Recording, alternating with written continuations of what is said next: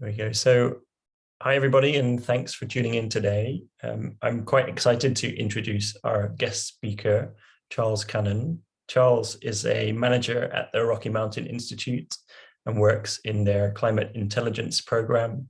He specializes in grid interconnection of large-scale distributed generation, as well as technical and financial modeling. And Charles also works on RMI's Horizon Zero project to revolutionize greenhouse gas monitoring and the decarbonization of industrial supply chains. So all very interesting and relevant things. We're going to be using Slido today to help collate questions. So I'll post a link in the chat in a moment if you have questions as we go. And I think Charles is going to do some kind of interactive parts as well and get you talking. But without further ado, let's hear all about greenhouse gas accounting principles and some practical examples as well. So over to you, Charles, and thanks again for joining us. Yeah, it's a pleasure to be here. Thanks, Liam, and it's great to meet everybody here on the line.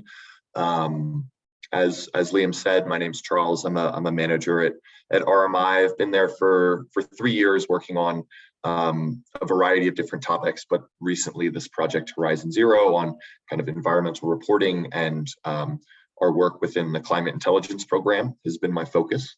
I'll go into a little bit of detail at RMI in the beginning for those of you that might not be familiar. Then I'll step through our agenda and talk a little bit more about carbon accounting and environmental reporting. I will just name that as I was working with Liam to set up this conversation, he sent me some resources, and there's a chat with some folks from WRI India from last April. That is an hour-and-a-half presentation on the greenhouse gas protocol that is incredibly well detailed, and I'd recommend it highly. I'm not going to be covering environmental reporting with a level of technicality and depth, more just how my team's navigating the space, that we will get to a little bit of detail and interactivity. So yeah, I just leave that behind, that if you're interested in more of the detail, that talk from WRI India is a really good one. So first, just to talk a little bit about RMI itself. We are a nonpartisan nonprofit that's been around for 40 years and has offices across the globe that really tries to do two things in 5 places. The first is drive decarbonization. We have this through our global programs around carbon-free mobility, buildings, climate-aligned industries, and a Center for Electricity System Transformation. And we also work to strengthen market catalysts. We work on market-based solutions or solutions that are practically implementable in our current market structure.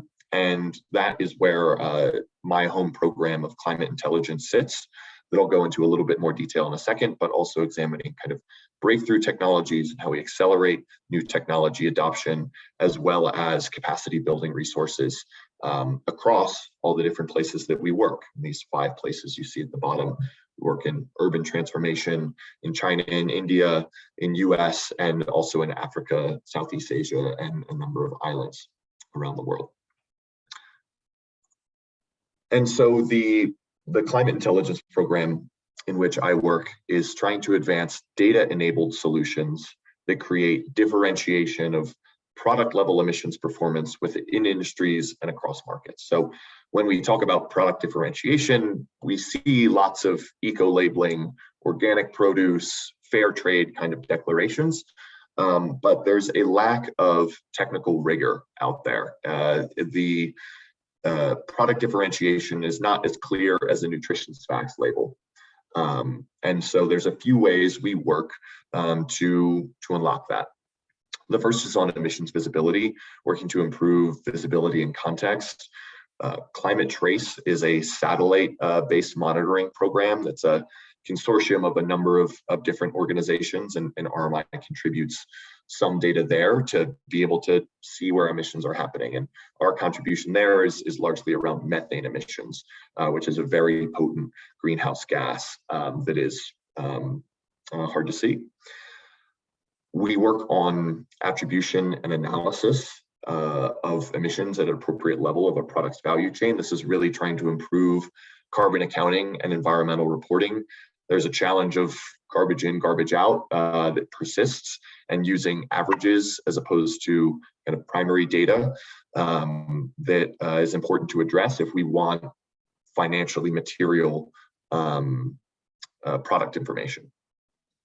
We also work on digital enablement, recognizing that right now we're moving greenhouse gas information between corporates with PDFs and spreadsheets in 2022. And there's just better ways to do that and to leverage kind of different technology applications that companies already use to manage their purchasing and procurement, as well as some next generation technologies. And then lastly, we work in standards and governance, recognizing that in absence of a robust regulatory market on carbon or low carbon products, we're trying to inspire a functioning voluntary market and work with different incumbents in sectors or spaces to accomplish that. And if you're interested in learning more, you can check us out on Twitter at RMI Emissions, or indeed just navigate to Climate Intelligence at RMI, and you can read a few more of the papers and work that our team has been doing. So to today's topic on carbon accounting and what I hope to cover. First, I want to go through a really brief history of environmental reporting and kind of see how we landed here and what the landscape and what the sentiment is in the space. Go briefly through the basics of carbon accounting, do a quick exercise with you all around how scopes should be applied from different corporate boundaries. And if you have a piece of scrap paper handy, that'll be plenty. It won't be too intensive. Discuss some challenges in carbon accounting that our team sees. Liam had also asked that I discuss some kind of career opportunities in environmental reporting. So I'll tease that out a little bit. But really, I want to spend a majority of time, or as much time as we can, on discussion. And so Liam, also, if there's questions coming up in chat, or as we move through the presentation, please just go ahead and interrupt me.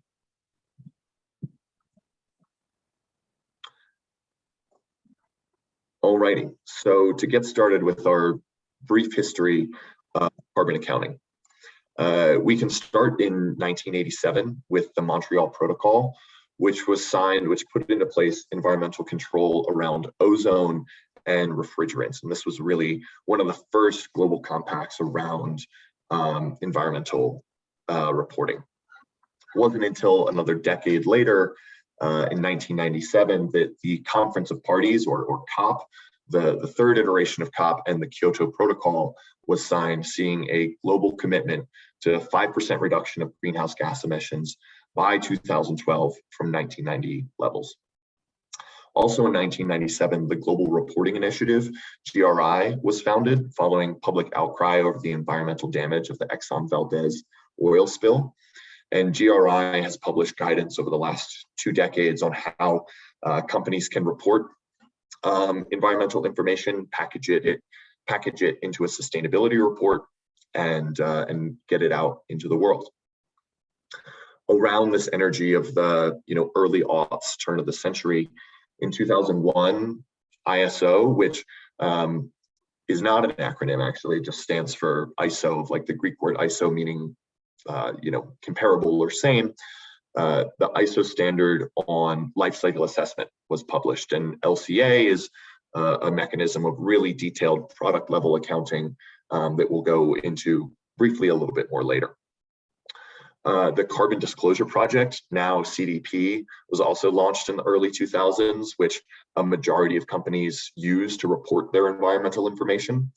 And the Greenhouse Gas Protocol corporate standard was introduced as a part of a collaboration between the World Business Council on Sustainable Development and WRI, the World Resources Institute, to develop how companies should report greenhouse gases. Now, from 2001 to 2016, 92% of Fortune 500 companies reported using CDP or to CDP using the greenhouse gas protocol either directly or indirectly. So between the Carbon Disclosure Project and greenhouse gas protocol, this really sets the foundation for carbon accounting. And over the years, ISO standards have been updated, additional guidance from GRI and the greenhouse gas protocol have been introduced. But I want to take us on a bit of a jump to 2011, where the greenhouse gas protocol scope 3 standard was introduced that works to address supply chain emissions. And if you all are familiar with environmental reporting, you'll understand the intense challenge that quantifying and reducing scope 3 emissions are. And we'll delineate scope 3 emissions a little bit more later in the presentation and discuss more of why that's so important and challenging.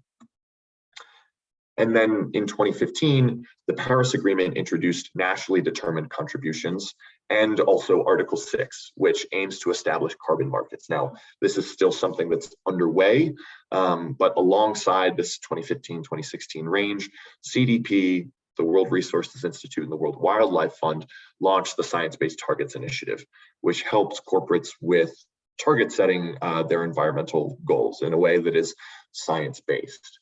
And these two developments here in 2015 have really set the stage for the paradigm of carbon accounting we find ourselves in right now. In the early 2000s, environmental reporting was done largely to maintain social license to operate at a corporate level, corporate sustainability, and the incentive essentially was to report more information, not necessarily to report better or more detailed information. As we see product level carbon accounting, differentiated commodity markets like green steel, or these science-based targets and goals being valuable on a national and corporate level, we're starting to see a shift into really that consumer and investor desire for really detailed environmental information at a product level. And so the incentive now is shifting to report more quality information, to have better transparency up the layers of your supply chain. And that is requiring an update and introducing some particular challenges in principles for greenhouse gas accounting that were put into place almost 2 decades ago. And so stepping into a little bit of a primer on carbon accounting and environmental reporting. The first thing to know about carbon accounting is that it's like navigating alphabet soup. If you haven't already picked that up from the wave of acronyms that I foisted upon you in the previous slide, there is a wide range of types of carbon accounting, organizations doing carbon accounting, whether it's RMI, WRI, WBCSD, it's a lot to navigate. And indeed, there's a challenge in how to navigate that. And there's not going to be one great big carbon accounting standard for reasons that I'll go into a little bit later.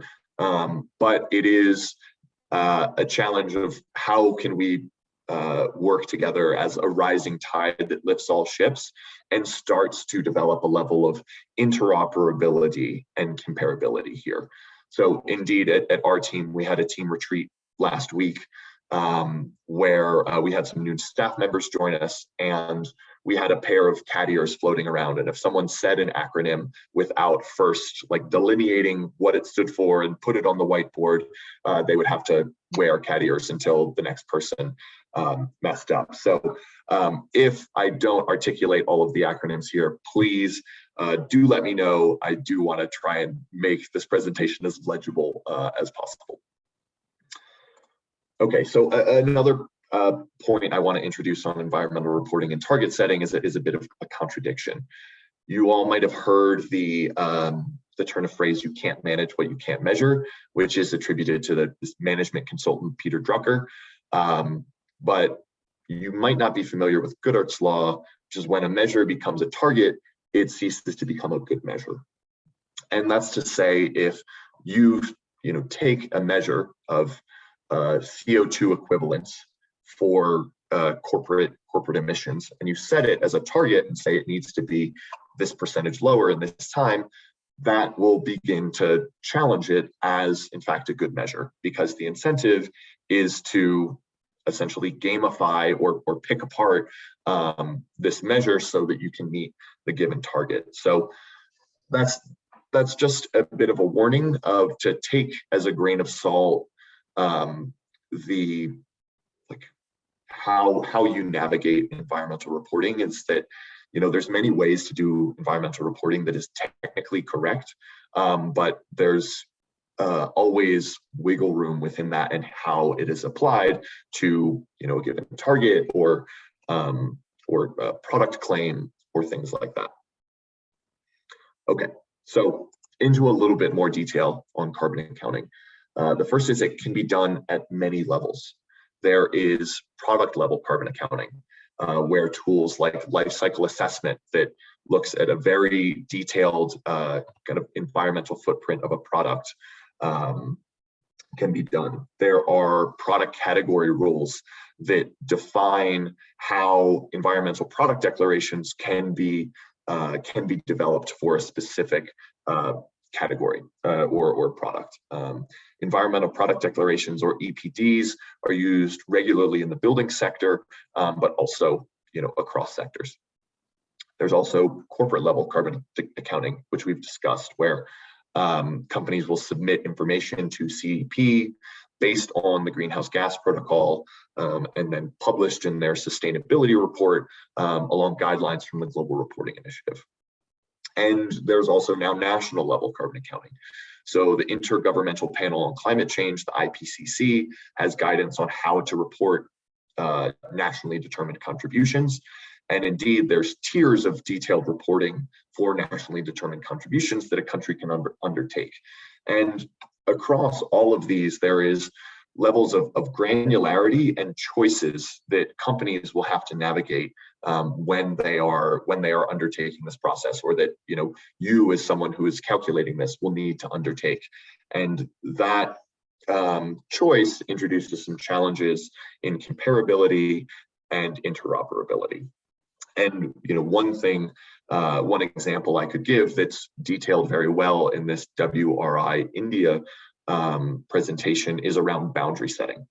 And a boundary is, you know, what are the bounds for your reporting? So for a life cycle assessment, your boundaries could be from cradle to gate. So all of the materials from whenever they come out of the ground at a mine site, to their intermediary production stages, to their gate of kind of when they go onto a product shelf, and the transit in between and the like. You could also go cradle to grave, which then includes the use of the project of the product. Like if it's a car and gasoline is being burned in that car, those are emissions from the use phase, or end of life when it hits recycling. And for national level carbon accounting, the boundary could be the national boundary. But then there's a question of how you handle international shipping of products in and out of that boundary. And indeed, the same challenges exist in corporate level carbon accounting, in that if you sell off some assets that you had owned the year before, your emissions can change and some either improve or get better or worse, depending on what has happened. So it can be done at many levels, and the boundary that's specified affects your total outcome. And also it can be done for many different purposes. So it can be done for trade organizations for annual reporting. The World Steel Association hosts an LCA database of a majority of steelmaking companies and publishes aggregate numbers. The International Copper Association does the same thing. You could do carbon accounting for low carbon product declarations for responsible steel, or the Aluminum Stewardship Initiative, or Copper Mark, which are these, you submit asset level plant information to then get certified that your steel is of a certain environmental grade. You could also do it for assessing climate risk for your investors. So the Task Force for Climate-Related Financial Disclosures lays out a number of metrics of how you can report and how what information financiers need to suitably assess climate risk. So a few more letters of the alphabet soup here on this page, but you can understand that in absence of this, one big regulatory market, that doesn't mean that no one cares about environmental reporting. There's been this need to maintain social license to operate. There's been this consumer interest in being able to buy low carbon products. And as such, different groups and trade organizations and industries and financiers or stakeholder groups have formed rather organically to say, here's what we think we need to say. And I think that largely that's a great development, but it introduces that challenge in interoperability in that, the steelmaking group probably isn't chatting with the aluminum group that regularly because they have different plant operations. And but when an automaker is going to compare steel and aluminum in their purchasing, that's where that comparability can really be valuable. And that's a lot of our work at RMI, and the team that I lead is working in different sectors of carbon accounting that is also trying to have this level of interoperability. Okay, so to go into just corporate carbon accounting and just the greenhouse gas protocol, we're going to leave environmental product declarations aside and nationally determined contributions and just kind of look at the greenhouse gas protocol as a bit of the gold standard that's been around for a while. It's broken up into 3 scopes. And so if you take your perspective as a company and say, I need to report my emissions, you generally report that in 3 broad categories. The first is scope 1, your direct emissions from your operations on site. The scope 2 emissions are from your purchased electricity and heat, so your utility bill and things like that. If you own a power plant and operate it on site, that would be included in your scope 1 emissions. So your scope 2 is from purchased electricity and heat emissions. And scope 3 is really everything else. And we can delineate it by upstream activities, largely things that have happened before products or materials or services hit your corporate boundary, and downstream activities, things that happen after the fact, that recycling and use phase that I had mentioned. And so scope 3 is challenging because it is so all-encompassing. And in the perspective of corporate carbon accounting, your scope 3 is someone else's scope 1 and 2 emissions. And so it's all kind of in the eye of the beholder. And as I had mentioned, like how that boundary of defining scope 1 or 2 or 3 changes as your business practice changes. If you acquire a company, if you sell an asset that had generated power for your plant, these things all change. Are there any clarifying questions on scope 1, 2, or 3 emissions and kind of how the line is drawn between them? Because we're about to jump into a quick activity on defining those category groups. Yes, Mary, please come off mute. Hey, Charles, just a clarifying question on, I guess what I'm thinking about, like double counting of different scope emissions, like one company's scope 1 would be another scope 2. Mm-hmm. How do you navigate that? Yeah, that's a great question. And you know, from this is also where moving between the 2 layers becomes a challenge. So from corporate level carbon accounting, you essentially need double counting in that you want this company to report their scope 1 and 2 emissions and have scope 3 emissions of like all the other emissions in their value chain. And you want that to be a comprehensive picture. And essentially, if you have another company reporting in that value chain with a similar boundary, you'd hope that that range would be similar and that their scope 1, 2, and 3 emissions is relatively complete. Where the challenge comes into play is if you want to take that down to product level carbon accounting, then you want everyone's scope 1 and 2 emissions to be applied to the product and then handed to the next party, and then applied to the product and handed so on and so forth down the line. And so by definition, the way scopes are set up, it doesn't lend itself to appropriately addressing scope 3 emissions at a corporate level because everyone is asked to count them. It's not actually double counting, it's like n-1 counting for all of the participants that you have in the supply chain. This was formed to be able to get a comprehensive picture of what was happening, and for each company to understand the entire scope of the emissions that affect them and that they, in some ways should be responsible for. But when everyone's responsible for counting them, no one is responsible for addressing them. So a lot of our work kind of comes into that product level of, can you say that the steel and all of the emissions upstream of your steel production was of this specific carbon footprint, and then introduce some levers there. Got it. Thanks, Charles. Mm-hmm. Okay, so moving to a quick exercise of what scope. I want to take an example of the Lego company has a manufacturing plant in which they make a toy. FedEx then ships the toy from the Lego plant to the Toys R Us store shelf. So there's 5 process steps up here, or kind of different categories of emissions. The power for the Lego plant, the tailpipe emissions of Lego forklifts, the transit of emissions from the Lego plant to the Toys R Us store, the airfare emissions for Lego employees as they travel the world, and the electricity bill at Toys R Us. And what I want everyone to do is to assign these emissions to a category, scope 1, 2, or 3, for 3 different perspectives. So first, taking the perspective of the Lego plant, power for the Lego plant. This actually starts with a bit of a trick question in that I don't specify if Lego owns the power plant itself. If Lego owned the power plant on site, it would be considered scope 1 emissions. But I think that Lego owning on-site power generation is probably less likely than them just having an electricity bill. And so power for the Lego plant would fall into their scope 2 emissions category.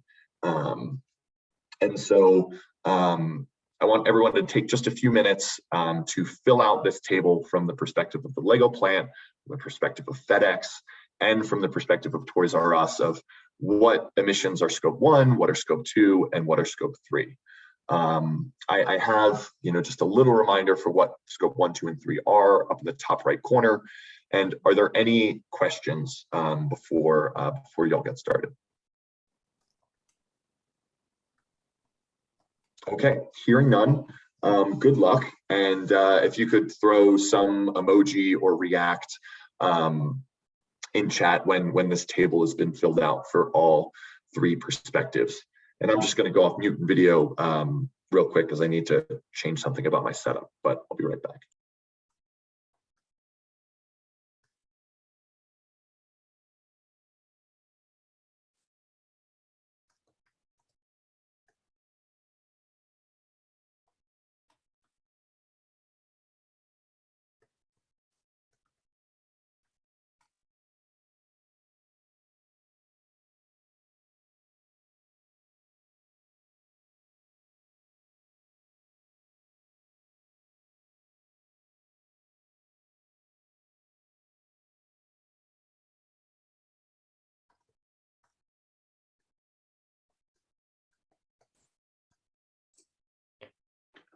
Charles, just so you know, we can see your next slide there. So folks could cheat if they looked closely. Okay, thanks for that. I will try and switch presenter views here. It's showing us the presenter view at the moment, so we can see the current slide and the next one. That's what's showing. Right, I will stop sharing for a second then, and then reboot that. Thanks. Hopefully folks got a chance to copy out the columns. Okay, is this the appropriate slide again? Yeah, that looks good. Okay, great.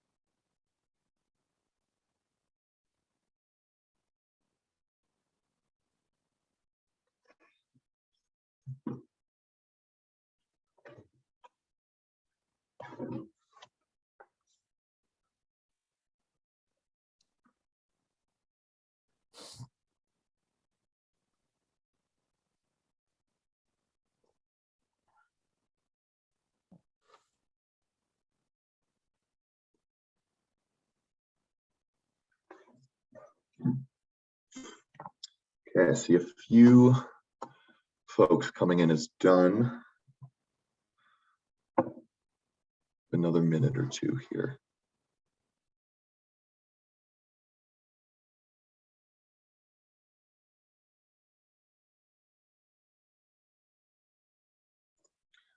Thank you for the emoji there, Edmund. Seeing a few more dones clicking in. Okay, so let's get started.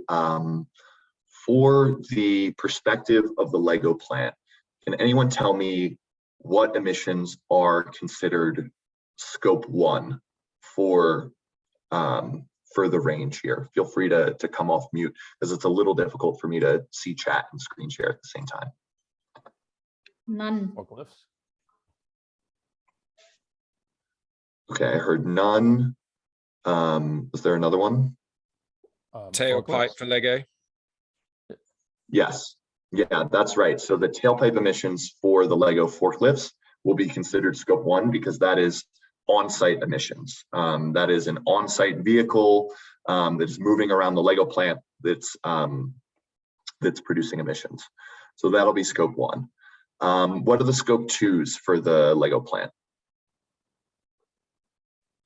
I think I already gave away the first one. The power for LEGO plant will be scope 2. Are there any others that are considered scope 2 in this process? Transit emission for Toys R Us.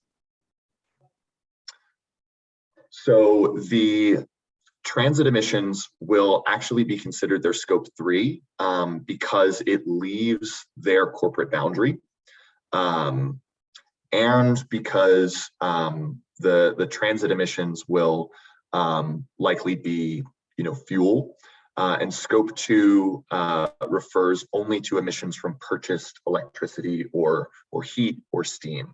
So fuel purchases and fuel purchases outside of your corporate boundary would be considered scope 3. How about airfare emissions for LEGO employees? Any guesses there? 3. Yes, exactly. That'd be scope 3, as would the electricity bill at Toys R Us, because those emissions are downstream and outside of the corporate boundary. So when we take the perspective of FedEx, where are the scope 1 emissions there?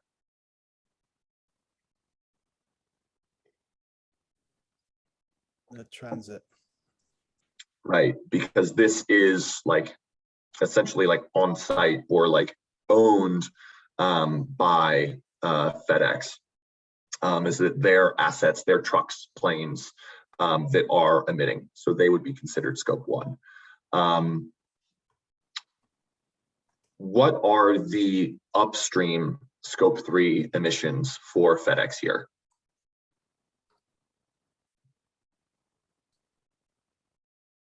Everything else. So it would just be the emissions from LEGO would be considered upstream.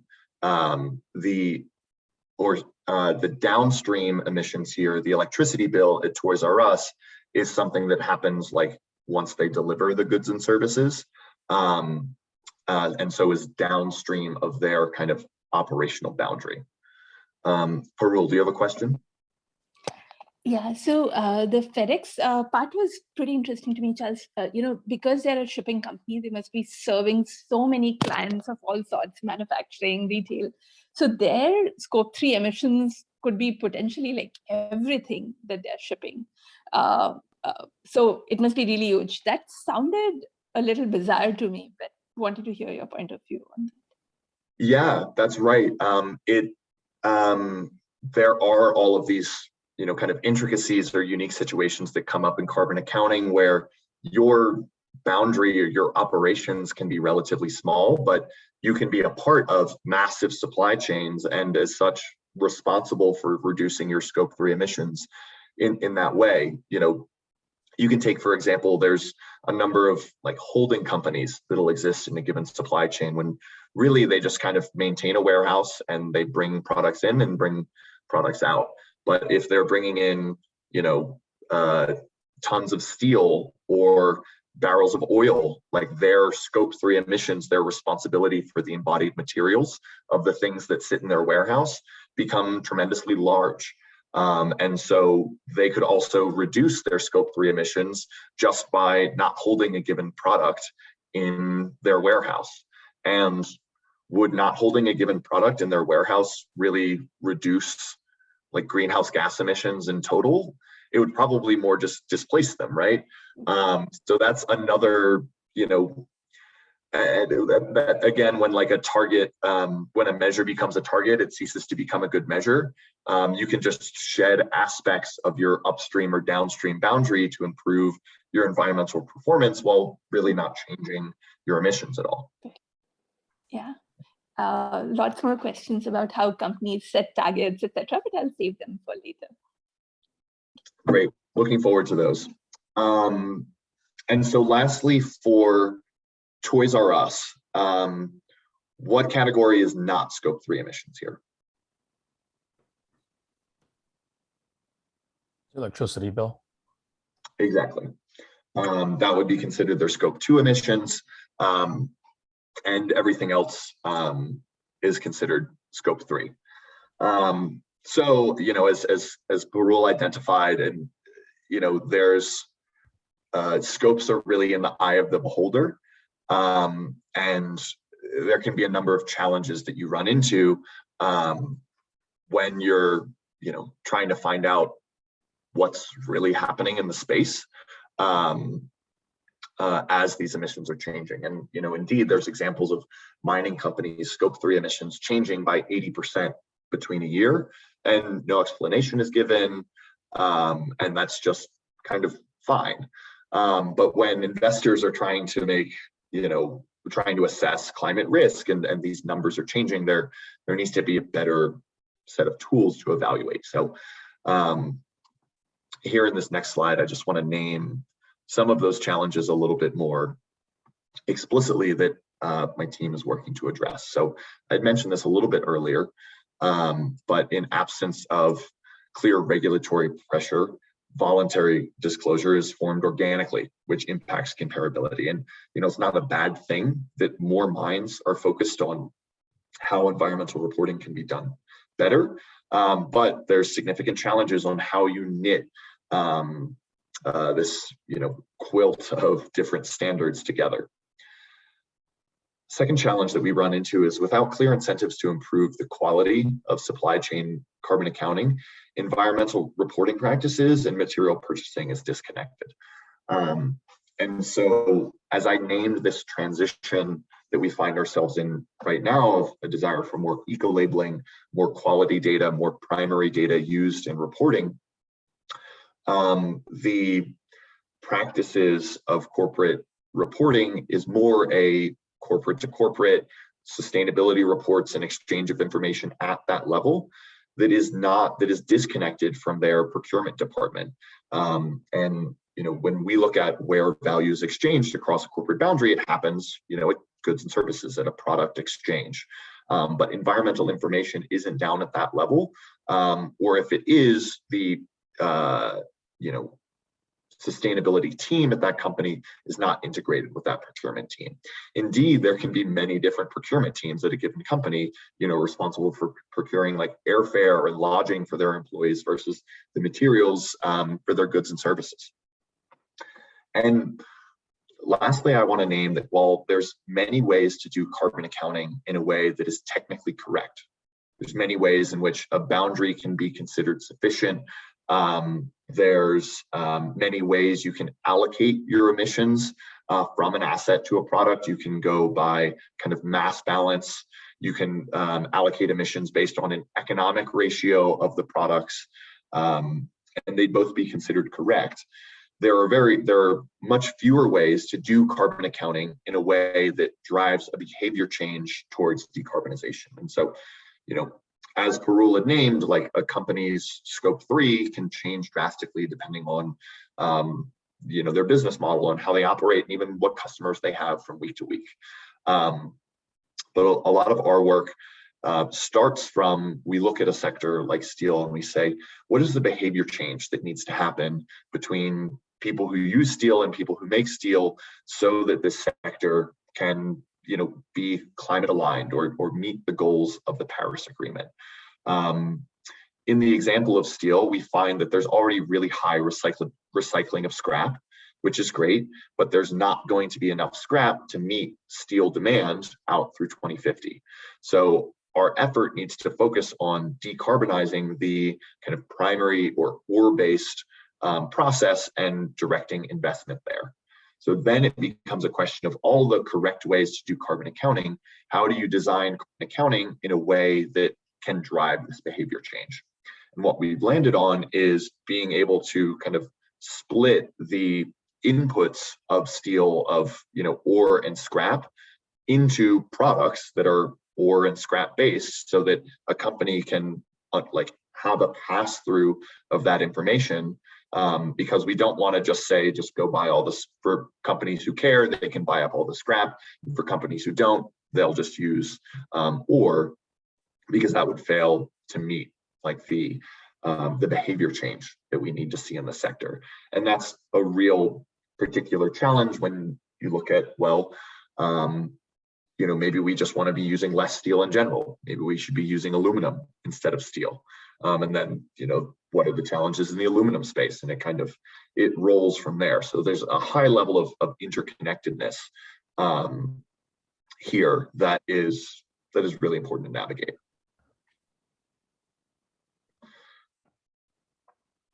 Let's see, and I have a few examples of different interventions that RMI has made, but they get a little technical, so that's kind of sitting in the appendix of the deck. Phil, you have a question? Yeah, so in a perfect world, should companies do their 1s and 2s first, and then they step back and look at what parts of other people's, to do number 3, they look in the universe of their suppliers and buyers and see what parts of 1 and 2 of other people are relevant and add it to their own? Because otherwise you have 2 methodologies and they won't match, right? Right. I would say that if every company could get their scope 1 and 2 emissions exactly right and go to the company immediately upstream and immediately downstream of them and say, here are exactly my scope 1 and 2 emissions that I measured with primary data, that I had audited, and that is complete, then we wouldn't have this challenge. We would have a clear representation of emissions throughout the supply chain. But what we see is that the companies that care about getting it reporting right, the kind of consumer-facing manufacturers, Apple or Volvo or different companies that produce and want to make these claims, are tiers of supply separated from where a majority of the emissions are happening, large steel plants and metal smelters, right? And having that information pass between parties when one of those parties is just a holding company that runs a warehouse for and is a steel purchaser for a majority of a continent, and they don't have a large sustainability team.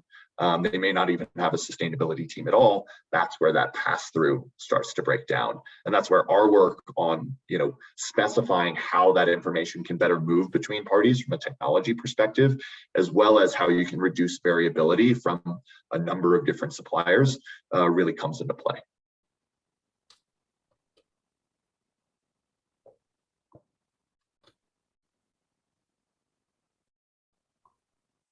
And so just the last few bullet points before we move into discussion for kind of potential career opportunities. You can get involved with life cycle assessment. So EcoInvent and Gabby are 2 prominent LCA softwares. Some of them offer trial licenses. The EC3 tool is by Building Transparency and hosts a database of environmental product declarations that you can explore. There's different webinars from NGOs to learn about developments in carbon accounting. And there's also, an approach from a technology angle. Like supply chain traceability software is all the rage right now. And there's, still challenges in interoperability that exist in the same way. But there's a number of technology providers out there trying to understand how this information can be made more clear and be brought through to consumers.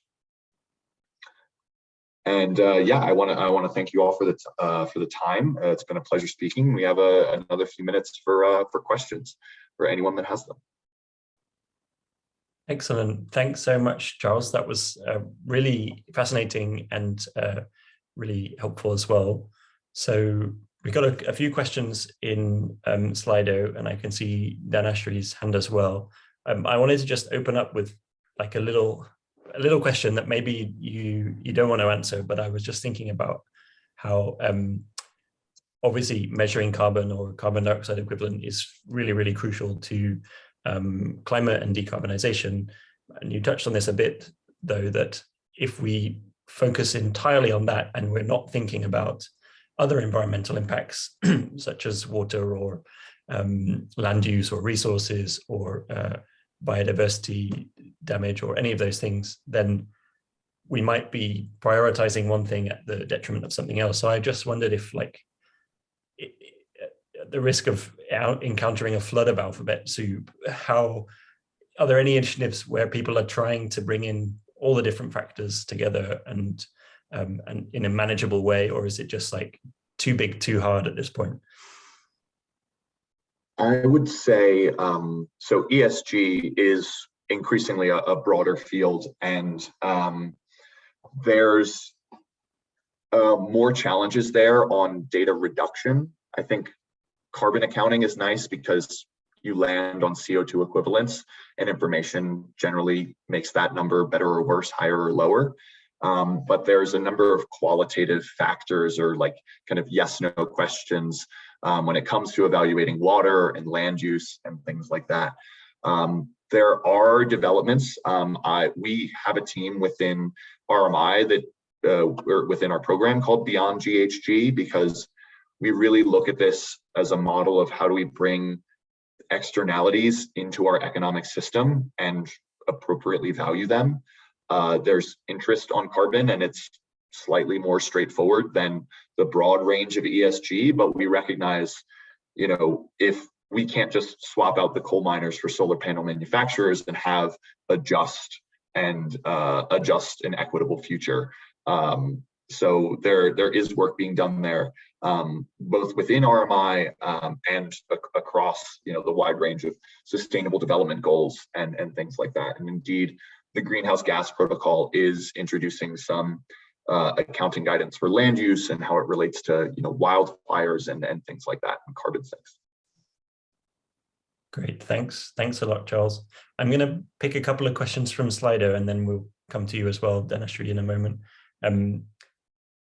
I think you kind of touched on some of this in your presentation, but a few people are asking about kind of the true reliability of it. And I think one of the main messages you've been giving is that it's difficult and that there's still lots of improvement to be done. But is there any kind of way of, is there a comprehensive audit mechanism on the horizon which is like enforced, that every company must follow and that they must account accurately, and that they they follow the same formats as others? Is there something in sight that's kind of a universal, everybody's going to get on board, or do you think it's going to carry on being voluntary? Yeah, I think that will happen. There's a turn of phrase called the inevitable policy response. That is the idea that sometime eventually something will happen that causes, makes it regulatory. And it's really how companies want to get ahead of that, how they want to participate in shaping voluntary reporting for their own understanding, and how that changes. But the SEC in the last year has launched a lot of work around environmental reporting the proposed border adjustment mechanism in Europe levies a carbon tax on goods as they're entering a trade boundary, and for having not just averages but really specific product level environmental data is going to be important there. I do think that we are heading in that direction. I think that the challenge is navigating that blended approach of using a ton of voluntary standards to report against a regulatory standard, using some amount of primary data and some emissions factors from databases that are, some are 2 years old, some are 10 years old, right? That kind of sliding scale of quality is something we're going to need to struggle forward towards in like a voluntary sense, so that regulatory market is more functional. I do think it'll get there. I think that the how good it is and how, like, if it drives that appropriate behavior change will be shaped by the regulatory or the voluntary practice that comes into play, because corporates have such significant influence in voluntary as well as regulatory development. Got it. Yeah, thanks, Charles. Dhanashri, did you want to ask your question? Did it get answered already? And then we'll go to Abwa as well afterwards. Yeah, so just wanted to understand where could I find carbon accounting reported? Would it be in the financial statements, or is there any other source where I could sort of look at how the carbon accounting is done and measured and all of that? Yeah, there's I'm forgetting the series of letters and numbers, but there is a particular form in the US in which that information can be disclosed. But largely, it comes down to corporate sustainability reports, and it is up to them as to how much of their methodology they care to disclose, which makes it a challenge when you're another corporate trying to understand their scope 1, 2, and 3 emissions. Sometimes you just get a number of like, here's my company's scope 1 and 2, and that's pretty much what you get. Sometimes you'll get, here are the exclusionary boundaries that I chose and why, and you could disagree with them, but still that's the number that you get. So I'd say largely corporate sustainability reports. CDP also hosts a large data set, and there are ways to get access to that from like a student license perspective, or like a corporate licensing for analysis.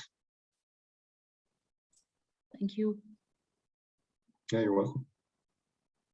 Thanks, Charles. Abwa, do you want to go next? And then there's another good question in Slido from Giles, which I hope we'll get to as well. Great. Thanks so much, Charles. I really appreciated the Lego exercise that we just did, because I think it made me realize how all-encompassing scope 3 emissions can be. And my question is actually around that. So if scope 3 emissions can be so fuzzy and easily changeable, like you mentioned, companies changing it like 80% year on year, what meaning can we actually draw from this scope 3 measure? So like, for instance, like FedEx, it seems like has a really big scope 3 emissions, or, just having a lot of their emissions come from scope 3. Doesn't that just tell us that they're at like a big interchange point between suppliers and buyers? I think I'm just kind of like struggling to understand how we practically can use scope 3 emissions, or what consumers or investors or other people in the ecosystem should be reading from, this company scope 3 number, and what useful information we should be deciphering from it. Yeah, that's a great question. And I think I largely agree with you in that the utility of scope 3 emissions is more representative than anything else. Some companies have gone as far as to just like give direct investment to companies upstream or downstream of them to say, this is a way that I'm going to reduce my scope 3 emissions by giving them a bunch of money for technology change. And I think that, our work at RMI really focuses on addressing scope 3 emissions by addressing the underlying data in which you build scope 1, 2, and 3 emissions from, which is, more at a product level, and saying rather than trying to understand your downstream scope 3 emissions. I mean, you know, if you're a car company, maybe you can use scope 3 as like understanding your overall market trend of like, we've been selling this percentage of electric vehicles, and this represents a downstream scope 3 emissions of this because of all the gasoline that people aren't using. But, you know, save for that, we really focus on how do we take scope 1 and 2s that are upstream. You know, I think that the distinction between upstream and downstream scope 3 is a really important one to take, because downstream scope 3 emissions haven't happened yet. Like, they're in the future. And so the like real world application of things that haven't happened yet, again, lacks utility. But upstream scope 3 emissions of, I have scope 1 and 2 emissions from my tier 1, 2, 3 supplier all the way to the mine site, and I'm able to put that into, here's the embodied carbon of the thing that I sell, and here's how it compares to an average, and here's how it compares, like, here's the math behind like how I got this. And like, that is kind of the next effort in maintaining social license to operate for a company. I think, like, if they want to maintain market share, they need to be able to demonstrate this information. And if they can demonstrate it with rigor, the consumer will, you know, appreciate that. And, you know, the just kind of sticker of some green, like vaguely green sounding thing is not enough from where we're at right now. That was a great question. Thanks, Charles. I'm conscious of the time, and I'm really aware not to keep people on, but I wanted to just very quickly squeeze in Giles's question in Slido, if possible, which is about initiatives like SBTI and the Race to Zero. And he was asking, I don't know if you feel like you can comment on this, but if you would encourage companies, especially SMEs particularly, to sign up to things like SBTI and Race to Zero, or do you see any flaws in their methodology or journey? I know there has been some criticism recently about SBTI, but just any thoughts you're happy to share? Yeah, thanks. I think that they're great efforts that are, as I said, growing in this kind of sliding scale of clarity. SBTI and Race to Zero sits more in the prescriptive realm of carbon accounting, whereas a lot of our work at the product level is like the descriptive element of like, what are the embodied emissions? SBTI is, where should your embodied emissions be when? Really think that that work is very robust, and that being able to like continually draw those lines of where we need to be going, and a company showing their performance against those lines creates a lot of unique opportunities for decarbonization. There's a project at RMI called the Poseidon Principles that takes this prescriptive element of carbon accounting and says, this is what your shipping fleet would need to be in this year to be climate aligned with the trajectory. And then financiers were able to offer preferential loan rates to companies that performed under the line. And, you know, indeed, your emissions performance, like as a percentage of climate aligned or not, directly affects like the financial mechanism, like the loan rate that you receive. And in that way, it was a very concrete way for financiers to lay out, you know, both a carrot and a stick along this line. For small and medium enterprises, I think the challenge in this like lack of interoperability is to make through iteration with companies that have 10-20% sustainability teams, to make these resources more open source, generally applicable and robust, so that small and medium enterprises aren't saying, oh, well, should I allocate by mass or allocate by value? You know, is this my scope 1 or my scope 3? Like, I think that, you know, there's challenges still for small and medium enterprises with limited resources to navigate those spaces. But I think continued investment in that prescriptive element of trajectories is really valuable, and that, you know, by lending more resources to it collectively, we can refine that line over time. Got it. Thanks so much, Charles. And thank you everybody for sticking around a couple of extra minutes and the great questions. Really appreciate your time, Charles, and the presentation. Thank you again, and take care, everybody. Yeah, it's a pleasure speaking. Have a good day, all.